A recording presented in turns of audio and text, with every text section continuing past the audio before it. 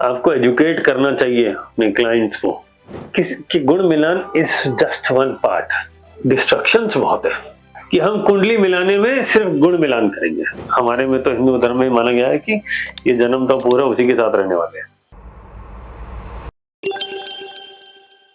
ठीक है, पूछिए आपका क्या सवाल है। आज के सवाल तो शायद रिलेशनशिप से रिलेटेड है, राइट? पूछिए क्या सवाल है। सर, अक्सर ऐसा देखा गया है कि कुंडली मिलाने के बाद जब 32, 34, 36 गुण तक मिल जाते हैं, उसके बाद भी पारिवारिक जीवन अस्त व्यस्त चल रहा है, डाइवोर्स तक बात आ गई है। ऐसा क्यों होता है?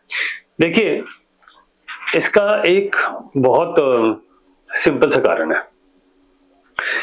हम लोगों ने अपने आप को ये लिमिट कर दिया है कि हम कुंडली मिलाने में सिर्फ गुण मिलान करेंगे। एक्चुअली गुण मिलान उसका 10% हिस्सा है, 90% कुछ और बहुत सारी चीजें हैं।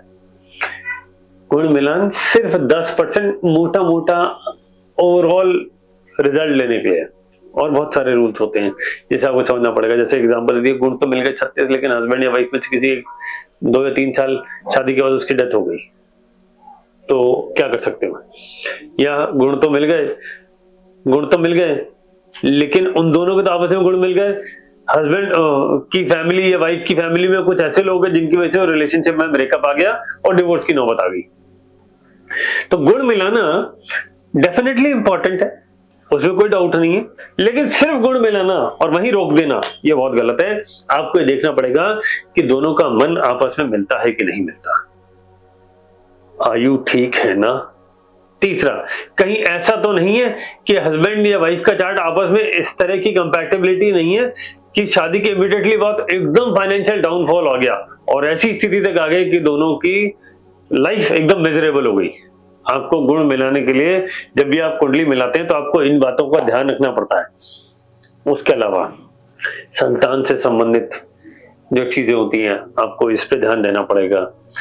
लड़की का चार्ट ये सपोर्टिव है कि नहीं कि वो मेरी फैमिली में, लड़के की फैमिली में एडजस्ट हो जाएगी। लड़के का चार्ट ये सपोर्टिव है या नहीं कि लड़की का या जिससे उसकी शादी हो रही है उसकी सराउंडिंग्स उसको एक्सेप्ट करेगी नहीं करेगी। ऐसे हजारों चीजें होती है, 10-12 मोटी मोटी चीजें आपको जरूर देख लेनी चाहिए। मैं बात कर रहा हूं गुण मिलाने के बाहर की। देखिए, आजकल का जो हमारा सिनेरियो है, डिस्ट्रक्शंस बहुत है।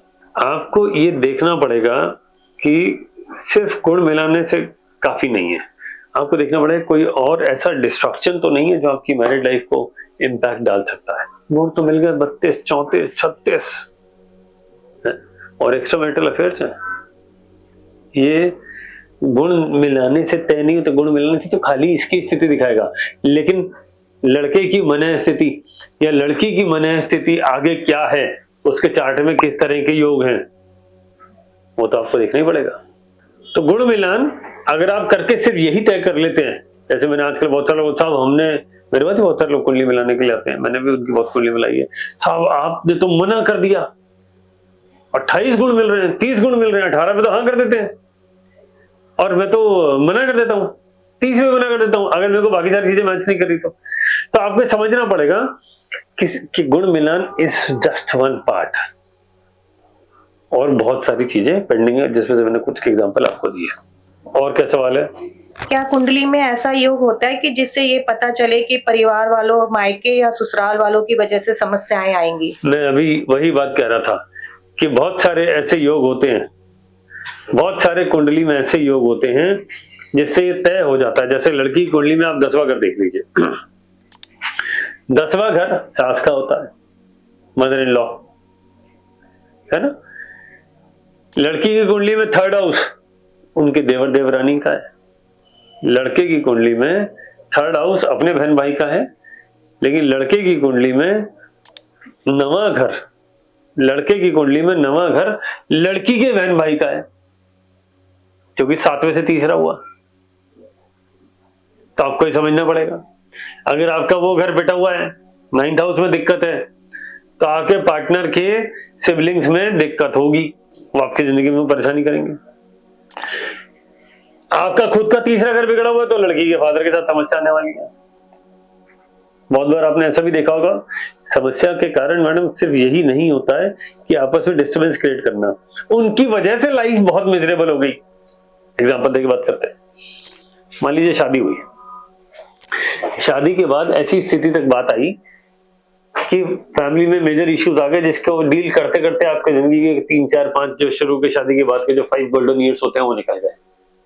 ये कैसे पता पड़ेगा? आपकी कुंडली में योग होना चाहिए। मैंने आपको कुछ एग्जांपल दिया, आपकी कुंडली का तीसरा घर बताएगा, आपकी कुंडली का 9वां घर बताएगा, आपकी कुंडली का 7वां घर बताएगा, ये सारी चीजें 10वां घर बताएगा पार्टनर का। ये सारे योग होते हैं, आपको इन सारे योगों को भी देखना चाहिए कि शादी के इमीडिएटली बाद गुण तो मिल रहे थे 36, लेकिन अभी जो स्थिति थी वो ट्रांजिट या दशाएं इतनी खराब थी कि वो योग तो जो एग्जीक्यूट होने वो 5 साल 7 साल बाद होंगे, लेकिन पहले 5-7 साल शादी में एकदम वेस्ट हो गया। कुंडली मिलाते वक्त आपको इन बातों पर ध्यान रखना है। और अगर फिर भी मान लीजिए चैलेंज ये है कि आजकल लव मैरिज वाले चार्ट बहुत आते हैं, सब आप तो मिला दीजिए, आप तो चेक कर लीजिए, जो होगा हम देख लेंगे। आपने मना कर दिया, जो होगा हम देख लेंगे, तो आप उनको पहले ही बता दीजिए कि first 3 years will be difficult, first 5 years will be difficult. ये पहले 3 4 5 साल अच्छे होंगे, उसके बाद 3 साल दिक्कत आएगी, इसको थोड़ा देख लेना, ऐसी स्थिति आए तो उपाय कर लेना। आपको एजुकेट करना चाहिए अपने क्लाइंट्स को कि अगर ऐसी स्थिति आए तो आपको कुछ सावधानी बरतनी है और कुछ उपाय करके उस समय को निकालना है। समय बहुत बलवान है, अगर किसी ने समय को डील कर लिया तो उसने दुनिया जीत ली है। सर, ऐसे देखा गया है कि रिलेशनशिप बहुत अच्छा चल रहा होता है, लेकिन कोई ऐसा इवेंट हो गया या चाइल्ड बर्थ हो गया तो उसके बाद प्रॉब्लम स्टार्ट हो जाती है, तो उससे कैसे छुटकारा मिलेगा, कैसे सोल्यूशन निकलेगा उसका? देखिए, पहले तो ये आइडेंटिफाई करना कि प्रॉब्लम कब आएगी, ये अपने आप में एक काम है। अगर आप रिलेशनशिप की बात करें तो आप एंड टू एंड बात कर रहे हैं कि आपकी आज मैरिज हुई और रिलेशनशिप अब तब तक चलेगा जब तक दोनों का सेपरेशन नहीं हो जाएगा, या तो दोनों एकदम अलग ना हो जाएंगे या किसी की डेथ ना हो जाए। वो भी हमारे में तो हिंदू धर्म में माना गया है कि ये जन्म तो पूरा उसी के साथ रहने वाले हैं, ठीक है। लेकिन बीच बीच में ऐसी घटनाएं होती हैं, बीच बीच में ऐसी घटनाएं होती हैं, जैसे मान लीजिए चाइल्ड बर्थ हुआ, उसके बाद इशू आया। पहले चाइल्ड बर्थ के बाद कोई दिक्कत नहीं थी, दूसरे के बाद हुआ, तीसरे के बाद हुआ। आपकी कुंडली में रिस्पेक्टिव हाउसेस आपको देखना पड़ेंगे। ये घटनाएं कब होंगी ये भी आपको पता होना चाहिए। एग्जांपल देके बताते हैं। मान लीजिए आपकी कुंडली में 7वें घर में खराब प्लैनेट बैठा है, वहां एनिमी प्लैनेट बैठा है। सेकंड चाइल्ड के बाद आपकी रिलेशनशिप गई, क्योंकि सेकंड चाइल्ड होगा 7वां घर एक्टिवेट होगा। अब ऐसे में क्या सलाह देते हैं आप?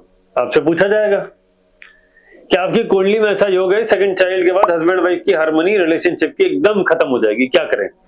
उनको मना कर दो कि सेकंड चाइल्ड ना करें, और अगर सेकंड चाइल्ड करना है तो इमीडिएटली उसके बाद जल्दी ही तीसरा चाइल्ड कर लें विदिन 3 years। तो सेकंड का जो दोष है वो खत्म हो जाएगा। आपकी कुंडली में संतान कहां से देखी जाती है? 5वां घर पहली संतान, 7वां घर दूसरी संतान, 9वां घर तीसरी संतान। आपने देखा पहला चाइल्ड बर्थ हुआ, सब ठीक है, बहुत बढ़िया। 7वां घर खराब था, सेकंड चाइल्ड बर्थ हुआ, रिलेशनशिप चैलेंजेस शुरू हो गए। आपको इमीडिएटली प्लान कर लेना चाहिए 1-2 साल के अंदर अंदर कि मेरे को तीसरा चाइल्ड करना है, क्योंकि मेरा 9th हाउस बहुत अच्छा है। तीसरा चाइल्ड होते ही वापस रिस्टोर कर गया। तो लोगों को ये पता नहीं होता कि कहां पे प्रॉब्लम इग्नाइट होगी और कहां पर ये खत्म होगी। हम इग्नाइट तो कर देते हैं, उसका जो एंडिंग टाइम है उस पर बात ही नहीं करते। ये पॉइंट समझना होगा। जब भी आप रिलेशनशिप का कोई कंसल्टेशन दें या बात करें, ये समझें तो आपको, या आपके पास कोई ऐसे क्लाइंट्स हों या पूछें कि इस तरह की स्थिति आ रही है तो क्या करें, तो आप पहले आइडेंटिफाई करिए वेयर इज द प्रॉब्लम, ये कब शुरू हुई, ये प्रॉब्लम कब शुरू हुई। एक बार अगर आपने प्रॉब्लम आइडेंटिफाई कर ली, रीजन आइडेंटिफाई कर लिया, इमीडिएटली आप करेक्टिव एक्शन, दूसरे चाइल्ड बर्थ के बाद हुआ 9th हाउस आपका बहुत बढ़िया, एक काम करिए, तीसरा चाइल्ड प्लान कर लीजिए, चीजें वापस सॉर्ट आउट हो जाएंगी। बहुत बार आपने ये भी देखा होगा कि किसी बच्चे के जन्म के बाद उसकी मदर की तबीयत एकदम खराब रहना शुरू कर देती है। चंद्रमा खराब है बच्चे का, उसका चंद्रमा 8वें घर में होगा, केतु 4थे घर में होगा, चंद्रमा केतु एक साथ होगा, चंद्रमा राहु एक साथ होगा, यही ये हो गए। क्या करें? बोले जी अगला चाइल्ड प्लान करो, अगर उसका चंद्रमा ठीक आया तो तुम बच गए, यही उपाय है।